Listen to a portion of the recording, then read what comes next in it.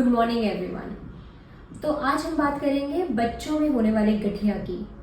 बच्चों में गठिया क्यों होता है, उसमें दवाइयाँ कब तक दी जाती हैं, और अगर कोई चीज़ क्योर नहीं हो सके तो उसकी दवाइयाँ क्यों देनी। तो ये प्रश्न हमारे पास बहुत सारे पेरेंट्स लेके आते हैं। तो आज हम इसी के बारे में बात करेंगे। गठिया जो है, लोग सोचते हैं कि शायद ये बड़ी उम्र की बीमारी है, 40 साल 50 या 60 साल के बाद होता है, बट ऐसा नहीं है। गठिया जो है या ऑटोइम्यून डिजीज जो होती है वो कम उम्र में भी मिलती हैं। वो 2 साल 3 साल 4 से लेके 20 साल तक के लोगों में भी मिलती हैं। ज़्यादातर फीमेल्स में मिलता है, बट मेल्स में भी ये हो सकता है। तो गठिया क्यों होता है? एक्चुअली ये एक जेनेटिक बेसिस होता है गठिया का। आपकी फैमिली में कहीं ना कहीं कोई भी ऑटोइम्यून डिसऑर्डर हो सकता है। जब हम बोलते हैं फैमिली हिस्ट्री होती है, इसका मतलब ये ज़रूरी नहीं कि माँ बाप में ये चीज़ मिले। कई बार क्या होता है कि बच्चों के ग्रैंड पेरेंट्स में भी ये सब मिल सकता है।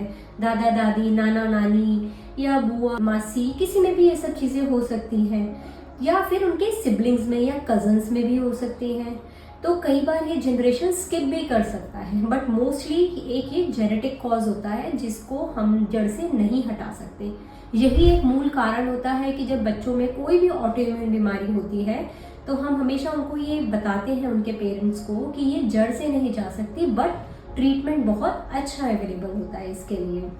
और ये ज़रूरी नहीं कि फैमिली में गठिया की ही हिस्ट्री हो। हिस्ट्री और भी ऑटोइम्यून डिजीजेस की हो सकती है, जैसे कि किसी को सोरियासिस हो, सिर्फ स्किन तक लिमिटेड हो कोई ऑटोइम्यून डिसऑर्डर, या किसी को यूवियाइटिस होता हो, आंखों तक संबंधित हो सकता है। कई बार क्या होता है, ये सिर्फ ऑर्गन लिमिटेड होते हैं और जोड़ों तक नहीं भी फैलता है। तो इसलिए हिस्ट्री निकालना कई बार संभव नहीं भी हो पाता है, बट ये बहुत क्लियर है कि इसका बेसिस एक जेनेटिक्स होता है। यही कारण से ये क्योरेबल नहीं होती, बट इसके लिए ट्रीटमेंट ऑप्शंस बहुत अच्छे अवेलेबल होते हैं। दूसरी बात, लोग कहते हैं जब ये जड़ से नहीं जाता तो हम इसमें दवाइयाँ क्यों शुरू करें। तो दवाइयाँ देने का मुख्य कारण होता है जब कम उम्र में बच्चों को ऑटोइम्यून डिसऑर्डर होता है या गठिया होता है, जिसको हम जुवेनाइल आर्थराइटिस, इडियोपैथिक आर्थराइटिस कहते हैं। वो इसलिए दवाइयाँ देनी ज़रूरी होती हैं ताकि इससे संबंधित और इंटरनल ऑर्गन्स में कोई डैमेज ना हो, क्योंकि बीमारी कम उम्र में शुरू हुई है तो बच्चों में कॉम्प्लिकेशंस होने के चांसेस ज़्यादा रहते हैं। जैसे कि हो सकता है अगर हमने दवाई नहीं दी तो बीमारी आपके ब्लड से और ऑर्गन्स में फैल सकती है, जैसे कि लंग्स, हार्ट, किडनी। तो इन चीज़ों के कॉम्प्लिकेशंस के बचाव के लिए, प्लस जो डैमेज हुआ है जॉइंट्स में, उसको ठीक करने के लिए, बीमारी को रोकथाम के लिए हमें दवाइयाँ देनी पड़ती हैं। अच्छी बात यह है कि बच्चे जो हैं वो दवाइयाँ बहुत अच्छे से टॉलरेट करते हैं। उनका जो रिस्पॉन्स है वो बहुत अच्छा होता है और बहुत जल्दी ये डिजीज़ रेमिशन या इनएक्टिविटी में भी पहुंच जाते हैं। यही एक कारण है कि बच्चों में हम कोशिश करके धीरे धीरे दवाइयाँ कम करके बंद भी कर पाते हैं। बट सबसे इम्पॉर्टेंट चीज़ होती है कि आपको अपने पास के डॉक्टरोलॉजिस्ट को दिखा के दवाइयाँ शुरू करनी, नियमित रूप से उनको लेना है। जो टेस्ट कहे जाते हैं उनको बहुत रेगुलरली कराना पड़ता है, क्योंकि दवाइयों के साइड इफ़ेक्ट्स की मॉनिटरिंग भी इम्पॉर्टेंट होती है।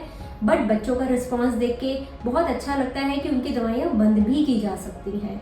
और जहाँ तक आगे का सवाल है, अगर बच्चे अपने खान पान पे ध्यान देते हैं और एक्सरसाइज रेगुलरली करते हैं, वज़न नहीं बढ़ने देते हैं, जंक फूड से दूर रहते हैं, कोल्ड ड्रिंक्स हो गए, आपके पिज़्ज़ाज बर्गर्स हो गए, और नियमित रूप से दवाई लेते हैं, तो ये बीमारी को बहुत अच्छे रूप से कंट्रोल किया जा सकता है।